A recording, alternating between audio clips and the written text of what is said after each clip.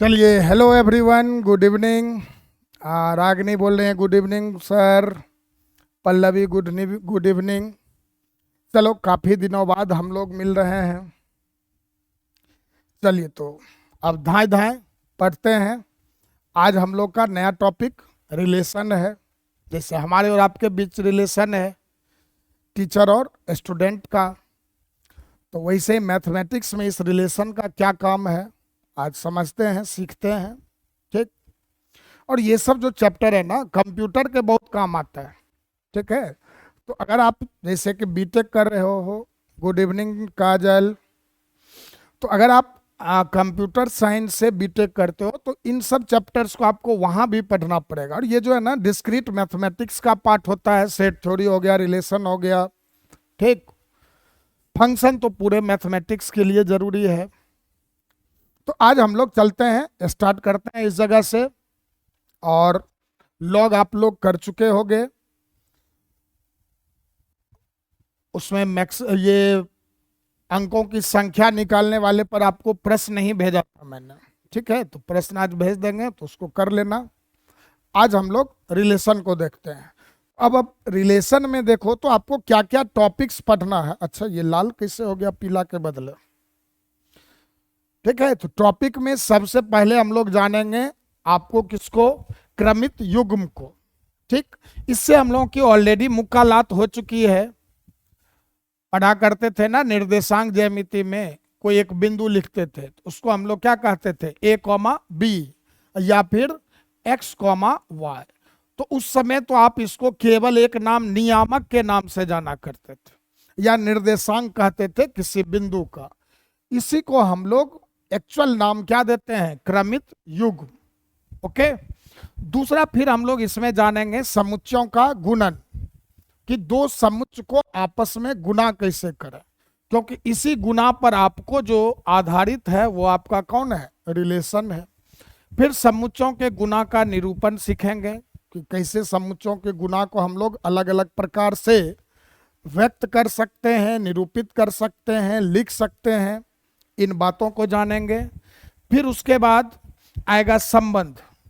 इन तीन काम को निपटाने के बाद हम लोग पहुंचेंगे किस जगह पर, रिलेशन पर। और रिलेशन क्या है, संबंध क्या है, उसका प्रांत क्या है, उसका परिसर क्या है, इन सब को जानना है। फिर संबंध के प्रकार के बारे में पढ़ेंगे, संबंध कितने प्रकार के होते हैं। और फिर संबंध का निरूपण। फिलहाल क्लास 11th में हम लोग को इतना ही है। 12th में जाएंगे हम लोग तो और भी बातें मिलेंगी, तो जब वहां पहुंचेंगे तो उसको जानेंगे। फिलहाल ये सब टॉपिक जो है हम लोगों को कवर करना है क्लास 11th के रिलेशन टॉपिक में। तो ये बात क्लियर हो गया। अब हम लोग बात करते हैं आगे। आपको लिखने की मन हो तो लिख लीजिएगा, समझ गए। अब एक एक करके हम लोग आज जो है ऑर्डर पेयर क्रमित युग्म को पढ़ेंगे, सीखेंगे, और उसमें क्या सब बातें हैं, किस प्रकार से प्रश्न बन सकता है, इन सब चीजों को देखना है। ओके। तो आपको अगर नोट किया हुआ हो गया हो तो आदेश दें, ताकि मैं आगे बढ़ सकूं। चलिए, आज रोशनी भी है, तो रोशनी आपके लिए बिल्कुल यहाँ से फ्रेश टॉपिक है। थोड़ा सा यहाँ से मन लगाकर पढ़ना, ध्यान से पढ़ना। थोड़ा बहुत ये पीछे के कॉन्सेप्ट को यूज करेगा, जैसे सेट को, तो कंफ्यूजन आएगा तो आप एक बार देख लीजिएगा, पूछ लीजिएगा। हाँ, इसमें 6 ही टॉपिक है। वो जब हम लोग पढ़ेंगे तो थोड़ा सा लंबा तगड़ा होगा, क्योंकि उसके अंदर भी तो और भी बातें आएंगे ना। तो आप, हाँ, तो अब देखो, पहले ही दिन डरा दें तुमको, ठीक, तो डराना नहीं है। अभी बस शुरू कर देना है, फिर अपने आप बड़ा छोटा जो होगा होता रहेगा। अब पहले दिन इस टॉपिक से ही डरा दें कि इतना बात है, खूब पढ़ना, खूब भारी है, ध्यान से पढ़ना, ऐसा बात नहीं है। एकदम पहले तुमको एकदम कम नाम देकर पहले आओ, फिर पढ़ो। और आसान है। देखो, मैथ में एक बात हमेशा याद रखिए, मैथ जो है ना, पूरे धरती पर जितने भी घटना दुर्घटना हैं, उन सब के पीछे किसका योगदान है, मैथ का। और जानते ही हो कि फिजिक्स की मदर, क्योंकि अब देखो घटना दुर्घटना ये सब जो भी हैं कहाँ पर है, फिजिक्स में, ठीक। और फिजिक्स की माता जी कौन है, मैथमेटिक्स, समझ गए। और मैथ को अगर आप ढंग से पढ़ें, ढंग से सीखें, तो इससे आसान सब्जेक्ट कोई नहीं है।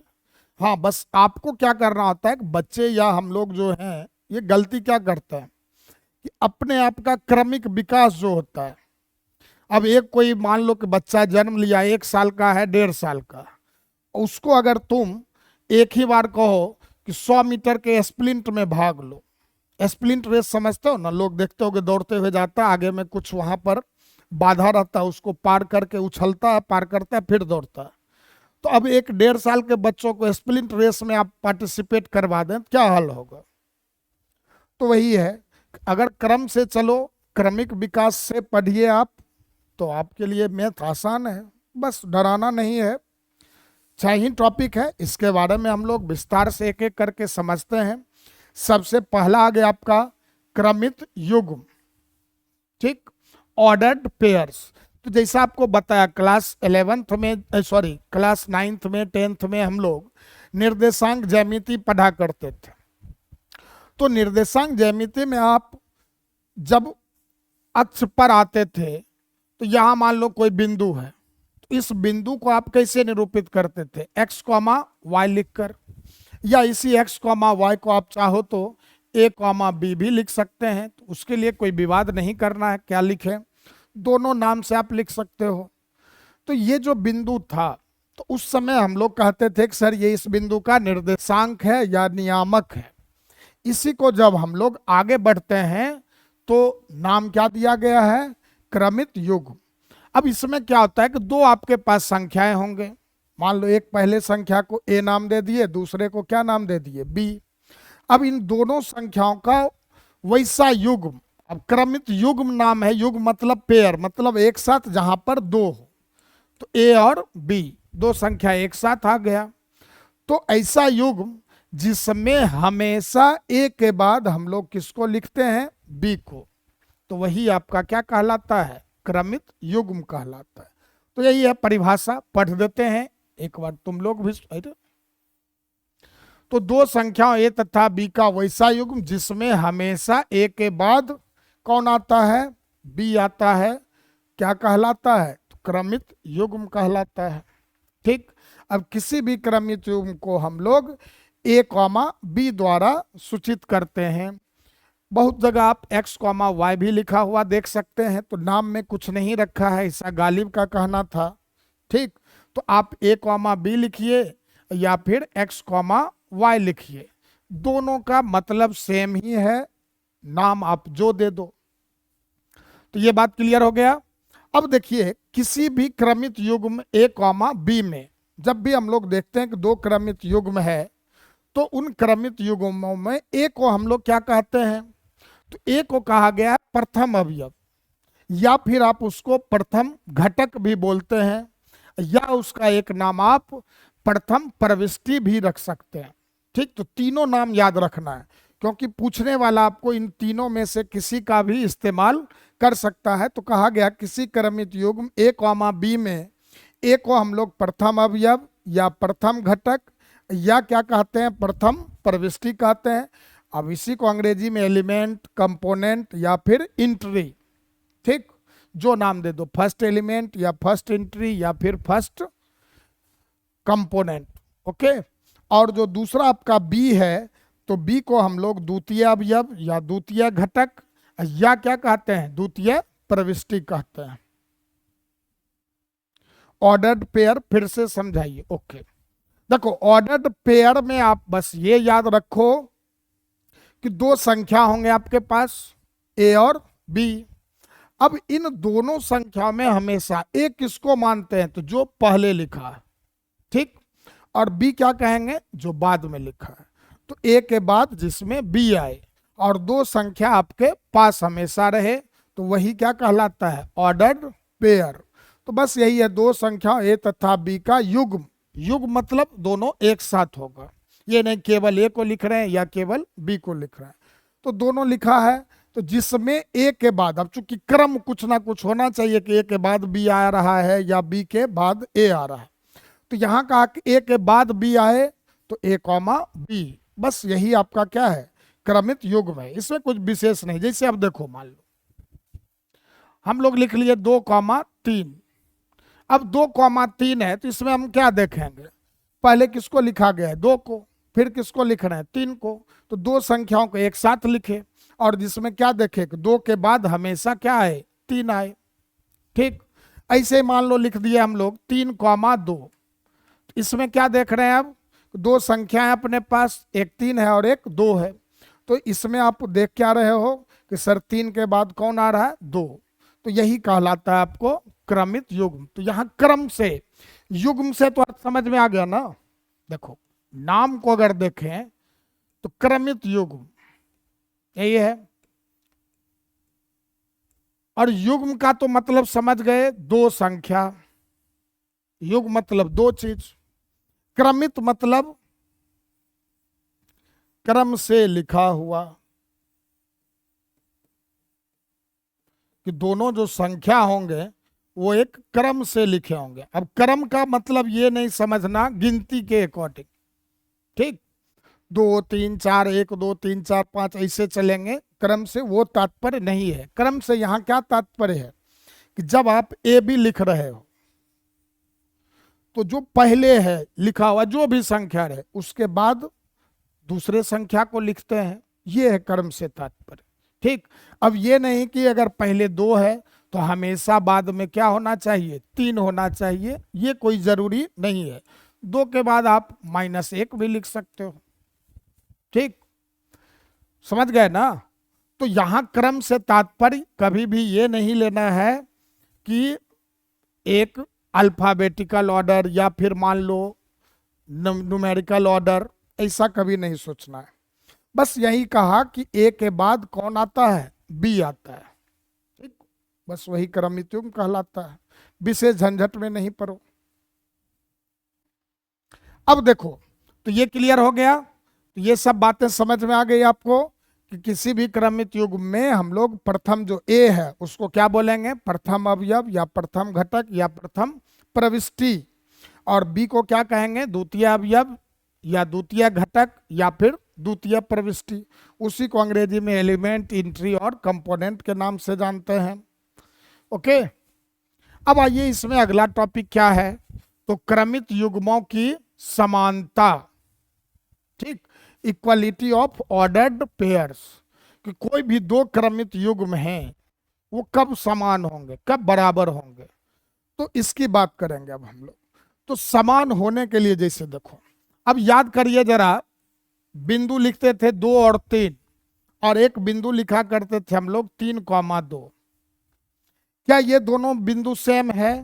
अगर आप निर्देशांक के रूप में सोचें तो सर यहां पर x का मान 2 था और y का मान क्या है, 3 है। और इस बिंदु को अगर देखें तो यहां पर x का मान क्या है, 3 है, और y का मान क्या है, 2 है। ठीक, तो अब इन दोनों को हम लोग क्या इक्वल बोल सकते हैं? नहीं कहेंगे। क्यों नहीं कहेंगे? सर यहाँ x का वैल्यू 2 आया और यहाँ x का वैल्यू 3 मिला, और 2 और 3 बराबर नहीं है। उसी तरह से पहले वाले में y का मान 3 है और दूसरे में y का मान 2 है, 3 और 2 भी बराबर नहीं है। तो अब आपको ऑलरेडी समझा चुके हैं, कोई बिंदु जो है वही अपना कौन था, क्रमित युग्म था। तो अब देखो कि सेट में, ठीक, जैसे सेट में अगर हम लोग 2,3 लिखते और 3,2 लिखते, यही मझली ब्रैकेट में रहता तो दोनों क्या था, इक्वल था। समझ गए ना, क्योंकि सेट में क्रम का कोई महत्व नहीं है, कौन पहले आया कौन बाद में आया, समुच्चय को इस बात से कोई तकलीफ नहीं है। जबकि ऑर्डर पेयर में 2,3 और 3,2 ये आपके समान नहीं है, समुच्चय में समान है और क्रमित युग्म में ये दोनों बात समान नहीं है। तो ब्रैकेट ब्रैकेट का खेल है, जब मझली ब्रैकेट में लिख दे तो आप बराबर मानेंगे, छोटी ब्रैकेट में लिखा हो और छोटी ब्रैकेट से जब भी तात्पर्य लें तो आप किसका, ऑर्डर पेयर का। बात बुझे ना? तो अब देखो, चलो अब शेष बातें समझ में आ जाएगा इस कंडीशन से। क्या कहा गया कि दो क्रमित युग्म A1 B1 और A2 कॉमा B2 समान होते हैं कब? अपने पास दो दे रखा है, A1 B1 और कौन दिया है, A2 कॉमा B2, और कहा कि ये बराबर तभी हो सकता है यदि प्रथम घटक प्रथम के बराबर, मतलब A1 बराबर A2 एवं दूसरा घटक दूसरे घटक के बराबर, अर्थात B1 बराबर B2। और अगर ये दोनों आपका बराबर नहीं है, इन दोनों में कोई भी एक कंडीशन फेल हो गया, मान लो A1 और A2 समान था लेकिन B1 और B2 समान नहीं है, तो हम लोग क्या कहेंगे, ये ऑर्डर पेयर समान नहीं है।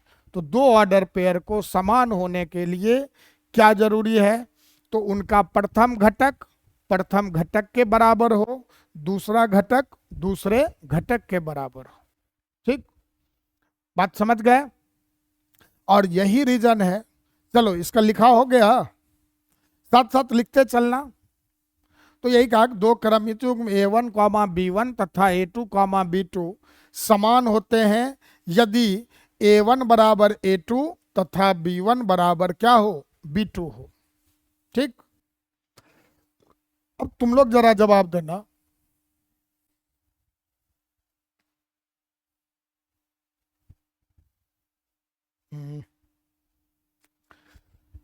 बताओ तो क्या 2,3 और 3,2 बराबर हो सकता है?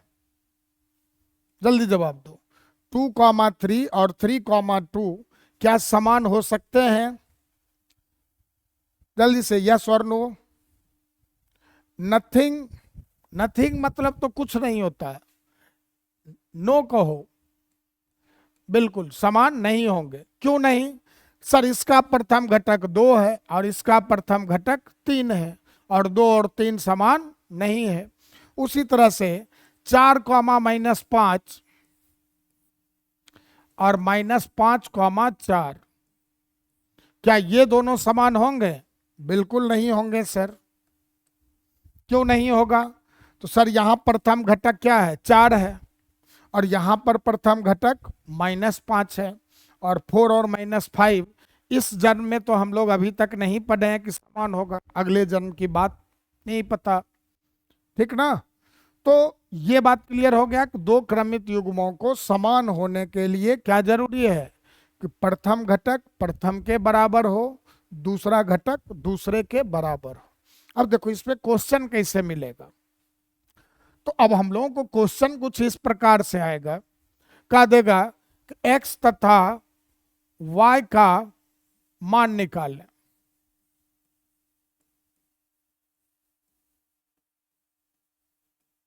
मान निकालें यदि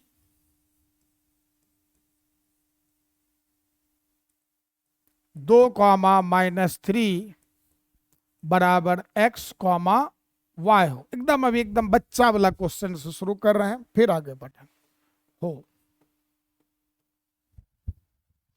अब गौर से देखो तो इनके बीच में जो लग रखा है वो चिन्ह कौन सा है, बराबर का।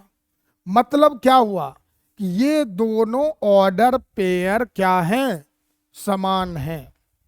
ठीक, और समान हैं तो कब हुए होंगे, तो सर जब पहला घटक पहले के बराबर रहा होगा और दूसरा घटक दूसरे घटक के बराबर रहा होगा, तभी तो बराबर हो पाएगा ना। तो बस आप क्या कीजिए, तुलना कर लीजिए। तो तुलना करने पर आप देख पा रहे हैं कि A1 बराबर मिला कितना आपको, 2, और A2 बराबर क्या मिला, x। तो आप कह सकते हैं कि सर x बराबर 2 होगा और दूसरा घटक दूसरे के बराबर होगा। बिल्कुल सही जवाब। तो y बराबर -3, यही हो गया आपका।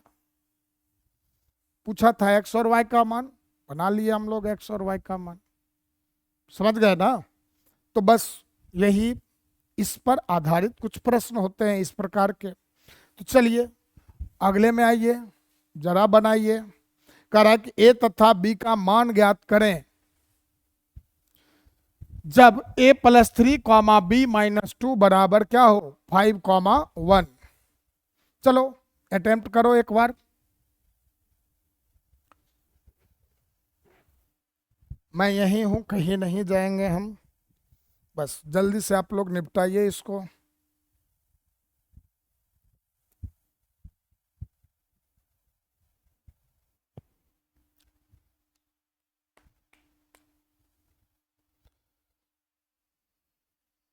जल्दी बोलो, क्या आया? ए और बी का मान पूछ रहा है। ए और बी का मान निकालिए जब ए प्लस 3 कॉमा बी माइनस 2 बराबर 5 कॉमा 1 हो। तो जल्दी से आप लोग आंसर कर दीजिए।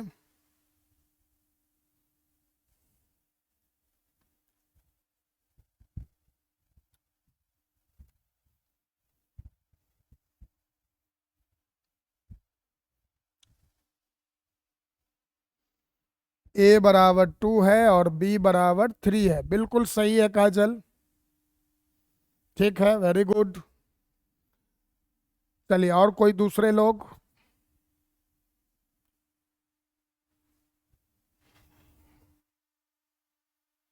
चलिए रागनी भी जवाब दे रहे हैं, ए इज इक्वल टू 2 और बी इज इक्वल टू 3। चलो पल्लवी का भी। अरे पल्लवी, तुमको मतलब वाह वाह, काफी तेज हो। नहीं पूछेंगे बी का नाम, तो तुम्हारा नाम पल्लवी पी से स्टार्ट हुआ है, तो उसका क्या मतलब बी को तुम पी लिखोगे? आए, बी लिखो। चलिए वैसे ठीक है सभी लोगों का, बहुत अच्छे।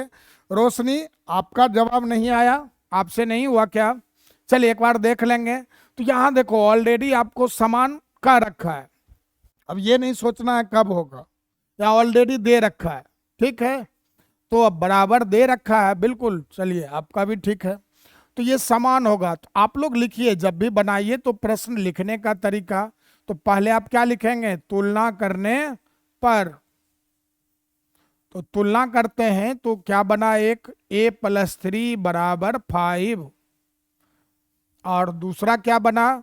तो सर बी माइनस 2 बराबर 1। अच्छा सर, गलती से पी लिखा गया, नहीं हमको तो लगा कि तुमको अपना नाम का अक्षर बस याद रखना है।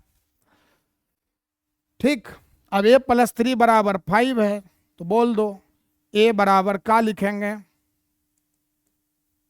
सर ए हो जाएगा, 3 को उधर फेंकेंगे तो -3 होगा, तो ए आ गया 2, और बी -2 1 है, तो -2 को उस दूसरे तरफ भेज दीजिए, +2 हो जाएगा। तो एकदम ही नन्हा मुन्ना सा सवाल था, ठीक। बस अब आपका क्या हो गया? तो आ गया आंसर। तो अतः ए बराबर 2 और बी बराबर 1, ऐसे करके लिख लेंगे। बात समझ गए? चलिए, तो सब लोग तो जवाब दे ही दिए, बाद बाकी जो लोग हैं वो अपना देख लें। चलिए नेक्स्ट आइए, जरा इसको बनाइए। यही है, ए और बी का मान निकालना है, ठीक। ए क्या होगा और बी क्या होगा? बनाओ। A plus B comma 2b minus 3 is equal to 4 comma -5 है, तो जल्दी से पढ़ दो। क्या आएगा ए का वैल्यू, क्या आएगा बी का वैल्यू?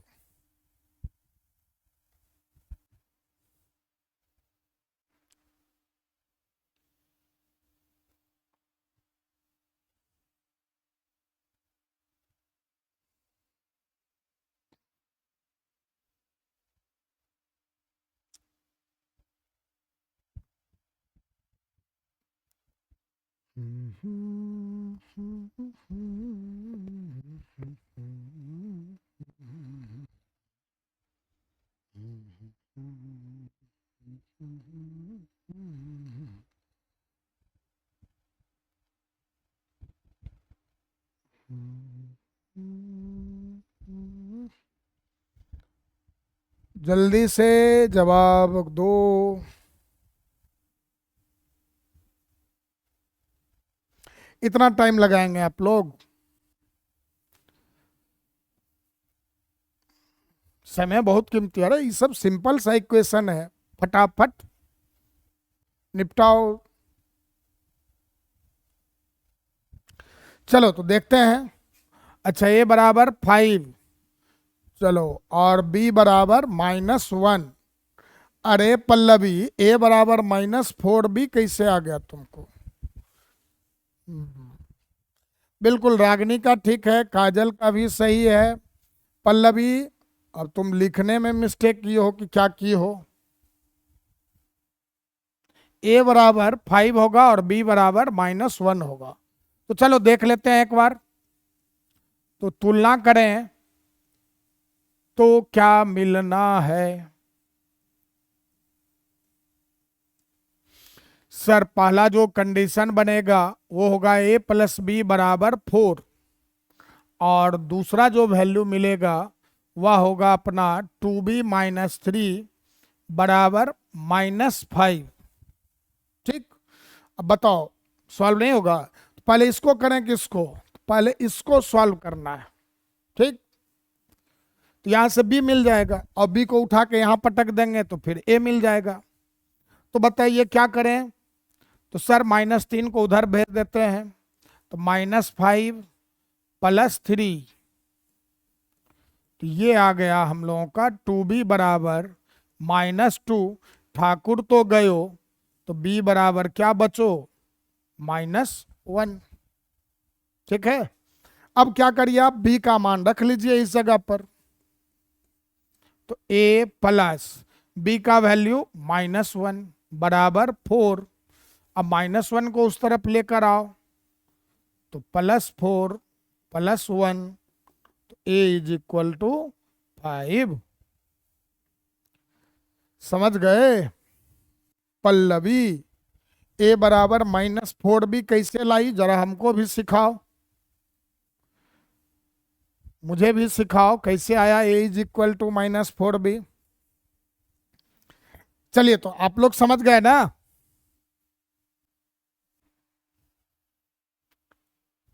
हाँ, एक ये भी बनाइए तो, a-2, 2b + 1 बराबर है b-1, a + 2। मान वही a और b का बताना है। अब ये नहीं कि सर ए और बी ही लिखकर प्रश्न देगा, वैसा कोई जरूरी नहीं, कुछ भी लिख सकता है। ठीक,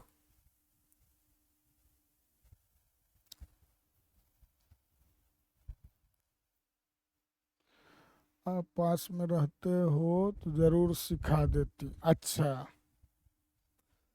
तो हम क्या अभी नहीं हैं? बताओ, तुम लोग के सामने ही तो हैं हम।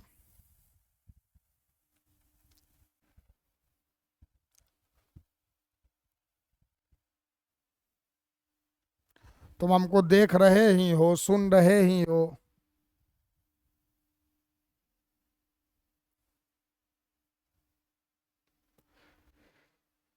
चलिए जल्दी से बनाइए और आंसर बताइए।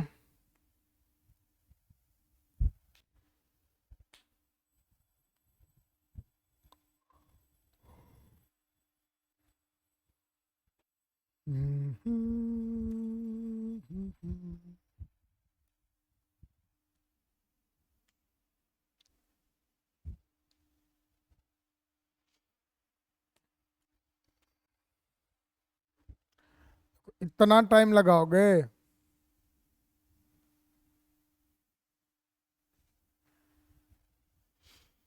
अब ये ना आपको बनेगा दो चर वाला रैखिक समीकरण। ओके, तो चलिए करता है हम लोग तुलना। तुलना करने पर हमें प्राप्त होता है क्या? तो सर a-2 बराबर b-1। अब देखिए यहां पर आपको एक साथ दोनों चर मिल गया, ए भी और बी भी। तो जब भी दो चर आए तो आपको पता है कि दो चर को हल करने के लिए आपके पास दो समीकरण भी होना चाहिए। चलो, a बराबर 3 बता रहे हैं और b बराबर 2। 5 बिल्कुल ठीक है। काजल तो चलिए यहां से एक समीकरण बनाते हैं, बी को एक साथ कर लेते हैं, तो ए माइनस बी, और -2 को उधर भेजते हैं तो +2। तो अपना समीकरण एक बनकर आया A minus B is equal to 1, और इसको मैंने नाम दे दिया समीकरण 1। फिर देखिए दूसरा क्या है, तो 2b + 1 बराबर कितना, तो a + 2। फिर b को लेके आ जाओ उसके साथ, a के साथ, तो बोलो 1 - 2 बराबर a - 2b, है ना, लिखेंगे 2b को a के तरफ लेकर आए, तो ये अब बन गया आपको a - 2b और बराबर 1 - 2 -1।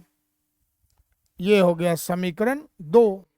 अब इन दोनों समीकरण को हम लोग करें सॉल्व, तो कैसे करेंगे, तो सर विलोपन विधि लगा लेते हैं। तो a - b बराबर क्या है, 1 है, और a - 2b बराबर क्या है, तो -1 है। घटाते हैं तो माइनस प्लस और प्लस, पता ही है घटाने पर क्या होता है, प्लस बन जाता है माइनस, और माइनस बन जाता है प्लस। तो अब देखिए आपका a से -a खत्म, -b + 2b, तो सर b आएगा, और 1 + 1 2, आ गया b का वैल्यू कितना, 2। अब b का मान आप चाहे समीकरण 1 में रख लें या फिर 2 में, तो समीकरण 1 में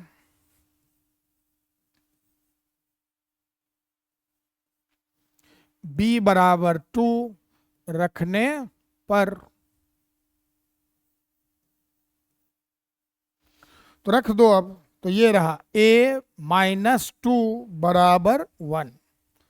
तो बोलो -2 को उधर फेंक दें तो +2 सर, तो a = 1 + 2 3, तो ये आ गया आपको a, और ऊपर मिला था b, हो गया आपका आंसर। बात समझ गए, तो यही है कहानी। तो ये क्लियर हो गया आप लोगों को, क्रमित युग्मों की समानता पर हम लोग कैसे प्रश्न बनाएंगे। यस सर, चलिए बस एक रागनी को केवल समझ में आया, और लोग, चलो तो ये सब वही टाइप का प्रश्न है, आप लोग कीजिएगा प्रैक्टिस। चलो हाँ, अब जरा ऐसे प्रश्नों को समझते हैं, पहले इसको देखो फिर आते हैं उसमें।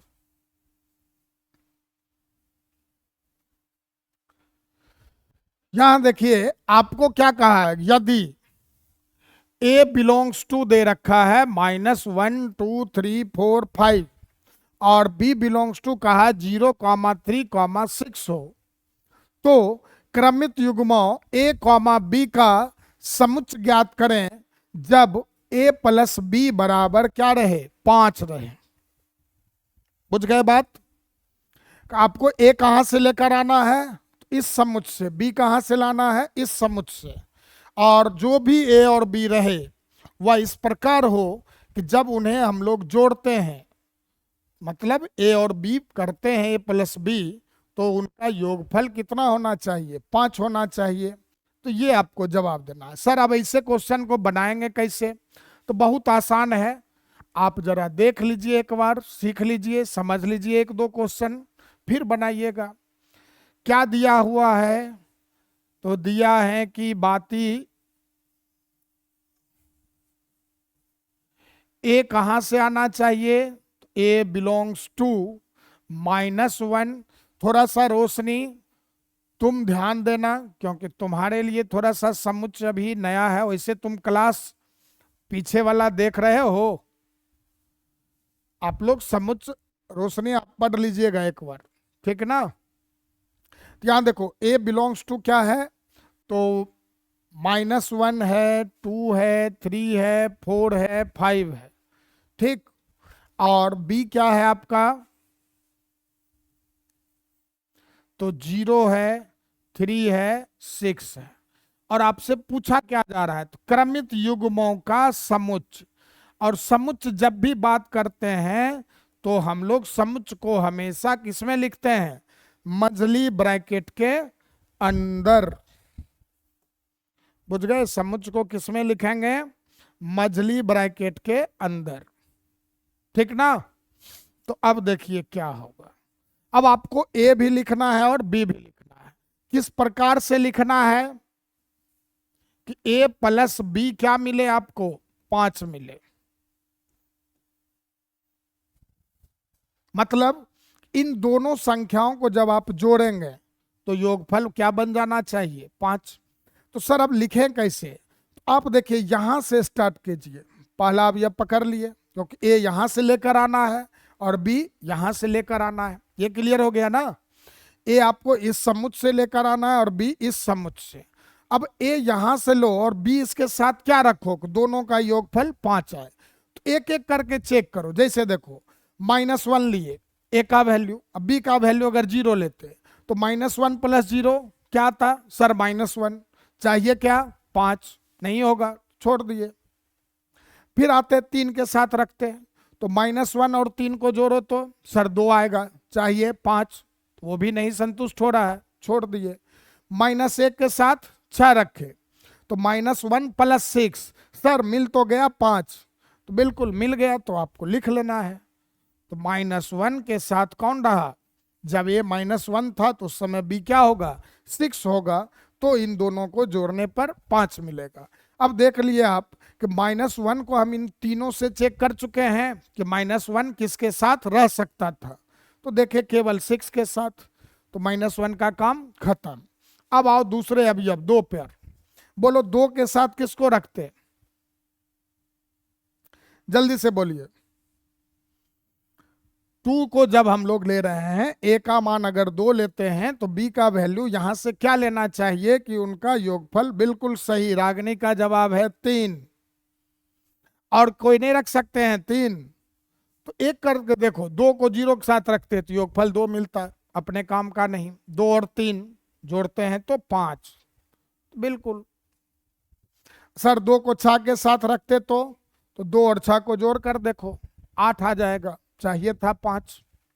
ये हो गया। अब बताना जरा, फिर आगे कौन है? अब अगला अगला अगला अवयव 3 है। बोलो 3 के साथ?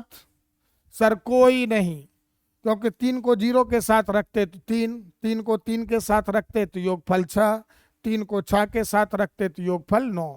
कोई संतुष्ट नहीं हुआ, छोड़ दिए। 4 के साथ देखो, 4 पर देखिए, 4 के साथ कौन आएगा? 4 के साथ 0 को देखो, 4 आ रहा है योगफल, नहीं होगा। 3 भी सर नहीं होगा। 4 और 6 को जोड़ते हैं, 10 आ रहा है। तो 4 से भी कोई भी क्रमित युग नहीं मिलेगा। फिर अगला कौन है? 5। 5 से देखिए, 5 + 0, बिल्कुल। तो 5 के साथ एक 0 को रख सकते हैं।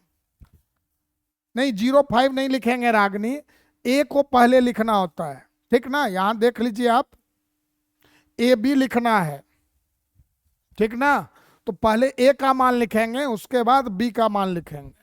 तो पहले ए को लिखे 5, तो बी के साथ क्या लिखेंगे? 0, बस एक यही बनेगा। 5 3 8, 5 6 11। समझ में आया ना रागनी? 0 5 नहीं लिखना है आपको, क्या लिखना है? 5 0। बस यही बन गया आपका क्रमित युग्मों का समुच्चय। क्लियर हुआ? इस तरह के प्रश्नों को कैसे बनाएंगे आप लोग? Yes sir. चलिए तो फिर एक बनाकर दिखाओगे? चलो जल्दी से बनाना, तो लो पहला नंबर ही करो। करा कि एक समुच्चय है ए, और ए बराबर क्या है? तो 1, 2, 3, 4, 5। और एक समुच्चय एस है x, y, मतलब ऑर्डर पेयर क्या दे रखा है? एक्स वाई, जहां x भी a से आ रहा है और y भी बिलोंग्स टू a है। मतलब x और y दोनों ही हम लोगों को क्या लाना है? सेम समुच्चय से। और इस प्रकार से हो तो जो नीचे दी गई शर्तों को पूरा करें। तो पहले में कहा गया है x प्लस वाई बराबर 5। बताओ तो क्या क्या मिलेगा हम लोगों को।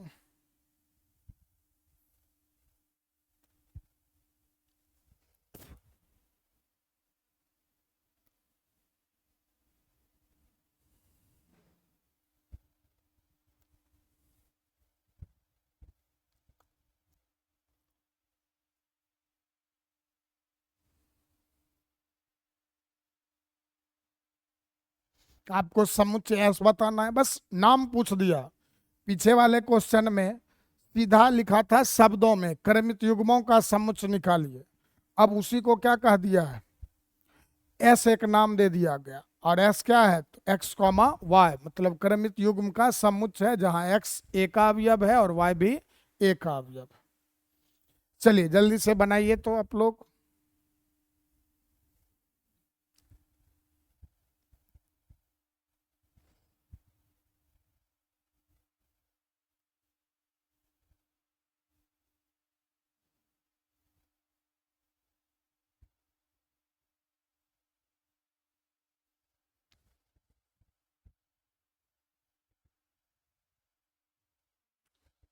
श्री गुरु चरण सरोज रज, निज मन मुकुर सुधार, बरनौ रघुवर विमल जस। हनुमान चालीसा मंगल ने।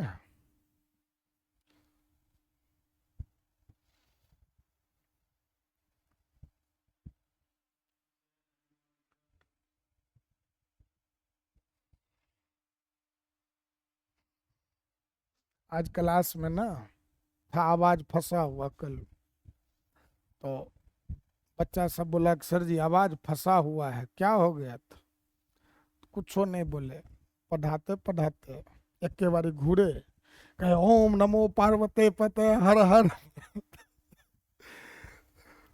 बोले कि यह है कल करे में जो है ना आवाज फंस गया है। बच्चा सब एक के बार चका गया कि क्या हो गया सर जी।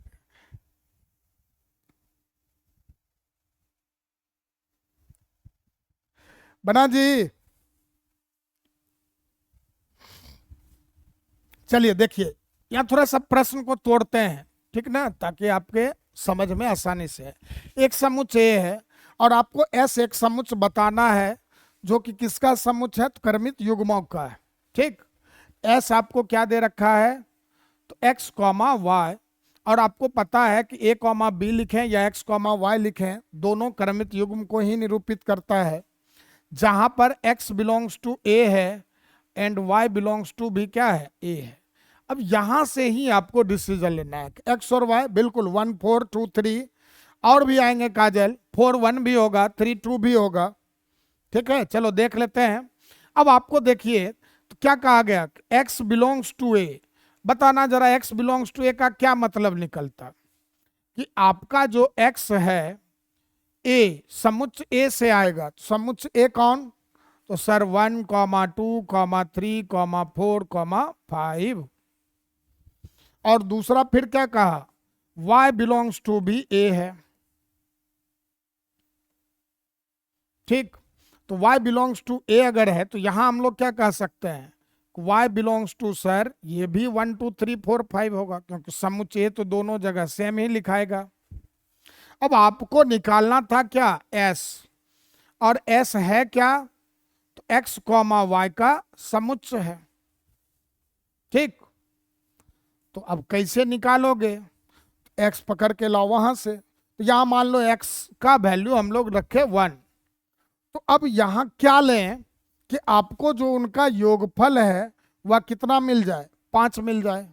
तो बोलो एक को किसके साथ रखेंगे, y के किस अवयव के साथ, कि आपको 5 आएगा योगफल।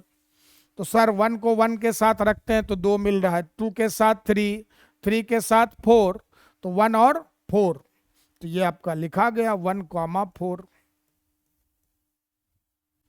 ओके, फिर आइए 2 को आप पकड़िए, ऐसे बारी बारी से काम करो, कूद फान करोगे गड़बड़ होगा, हाथ पैर टूटने की संभावना होगी। एक एक करके चलो। तो 1 का हम लोग चेक कर लिए सबसे, अगला अवयव कौन, 2, अब देखो तो दो को इन में से किसके साथ रखोगे कि योगफल 5 आ जाएगा? तो सर दो को 3 के साथ, वेरी गुड, 2,3। अब आ गया 5, फिर छोड़ते हैं इसको। अगला अवयव कौन? सर 3। अब बताओ तो 3 को किसके साथ रखोगे कि योगफल 5? जल्दी से जवाब दो। 3 को, काजल 3 को 3 के साथ रखोगे, 3 और 3 तो 6 हो जाएगा। हाँ अगला 3 है, 3 को इनमें से किसके साथ रखने पर योगफल 5 मिल रहा है? तो 3 को देखो तो 3 का 2 के साथ, तो 3,2। हाँ पल्लवी का रिप्लाई है 2 होगा। चलिए अब और तो नहीं आएगा। अगला अवयव कौन है फिर आपका? 4। 4 को देखो तो सर 4 को 1 के साथ चेक करते हैं। नो सर, अच्छा 4 को 1 के साथ, तो 4 + 1, क्योंकि आपको क्या कहा गया? x + y बराबर 5 आना चाहिए, तो 4,1 हो गया। ठीक, और फिर 5 को देखिए, तो 5 को आप किसी के साथ भी रखते हो तो आपको योगफल 5 नहीं मिलेगा। बस यही हो गया, आपका बन गया आंसर। ठीक ना? तो ये मत सोचो कि 1 4 2 3 लिखें, क्योंकि 1 4 और 4 1 दोनों अलग अलग जीव जंतु है। ठीक, दोनों समान जीव जंतु नहीं है। हाँ 1 4 2 3 3 2 और 4 1 ये आएगा। अब समुच्च कहा है तो आप मछली ब्रैकेट के अंदर लिखेंगे हमेशा। तो ये बात क्लियर हो गया ना? यही अगर अगला सवाल देखें तो क्या कहा गया है? x + y जो है 5 से क्या होना चाहिए? छोटा। x वही कहानी है, a से आएगा, y भी a से आएगा, और दोनों को जोड़ें तो उनका योगफल क्या होना चाहिए? 5 से छोटा। तो ये तो अपना हो गया फर्स्ट क्वेश्चन का। चलो जल्दी से सेकेंड करते हैं, फिर सर पढ़ाने के लिए तैयार हैं, अंगा पेंट पहन के आ गए हैं। ये क्लियर हो गया ना? चलो अब दूसरा वाला देखते हैं।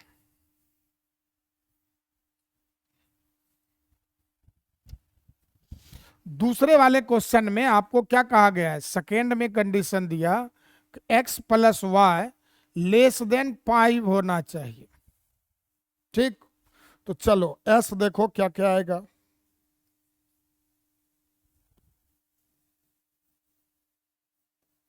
x, y, तरीका वही रखना है, एक एक करके। सबसे पहले 1 को लो, 1 को लो और इनके साथ लाकर पेयर बनाओ। तो चलिए 1 को अगर 1 के साथ रखते हैं तो सर 1 जोड़ 1 2, 2 5 से छोटा है, तो 1,1 लिखा गया। ठीक, फिर 1 को अगर 2 के साथ रखते तो 1 + 2 सर 3 मिलता, 3 भी 5 से छोटा है। तो जो भी संतुष्ट कर रहा है इस शर्त को, उसको हम लोग लिखते चलेंगे। फिर बताइए तो क्या 1 को 3 के साथ रख सकते हो? 1 को 3 के साथ रखें तो सर 1 + 3 4 आएगा, और 4 इज << 5, 4 5 से छोटा है, ये भी मिल गया। अब बताना जरा, क्या 1 को 4 के साथ रख सकते हैं? बताओ, 1 और 4 ऑर्डर पेयर के रूप में मिल सकता है क्या आपको? तो 1 और 4 को जोड़ते तो क्या मिलता? सर 5 आता, जबकि हमको चाहिए क्या वैल्यू यहाँ? 5 से छोटा, समझे? तो 1 4 नहीं आएगा आपका। बस, तो 1 से बनने वाला यही था। अब एक का काम पूरा हो गया, दूसरे को पकड़िए 2 को, फिर शुरू हो जाइए। 2 को लीजिए, 2 1, यस सर 2 + 1 3 होगा, <<5 है। 2 2, ये भी सर, फिर 3 सॉरी 2 3, बिल्कुल नहीं सर, 2 और 3 को जोड़ेंगे तो 5 आ रहा है, 2 और 4 6 मिल रहा है, 2 और 5 7, तो 2 से केवल ये दोनों बनता। ठीक, फिर आगे बढ़ो, 3 को लिए, 3 से देखिए तो सर 3,1, तो 3 जोड़ 1 4, 5 से छोटा है। 3 को 2 के साथ रखो तो 5 आ जाएगा, जबकि चाहिए हमको 5 से छोटा। 3 3 6, 3 4 7, 3 5 8। तो जो इस कंडीशन को पूरा नहीं कर रहा है उसको आपको नहीं लिखना है, जो पूरा कर रहा है उसको लिख दीजिए। तो 3 का भी काम खत्म। 4 का देखो, 4 का भी किसी से नहीं बनेगा, 5 का किसी से नहीं बनेगा। तो बस आपके पास केवल यही ऑर्डर पेयर होगा, ये 1 1 1 2 1 3 2 1 2 2 और 3 1। बस उसी तरह से आपको उसको भी पढ़कर जवाब देना है, x + y ग्रेटर देन 8 का। समझ गए? समझ में आया बात?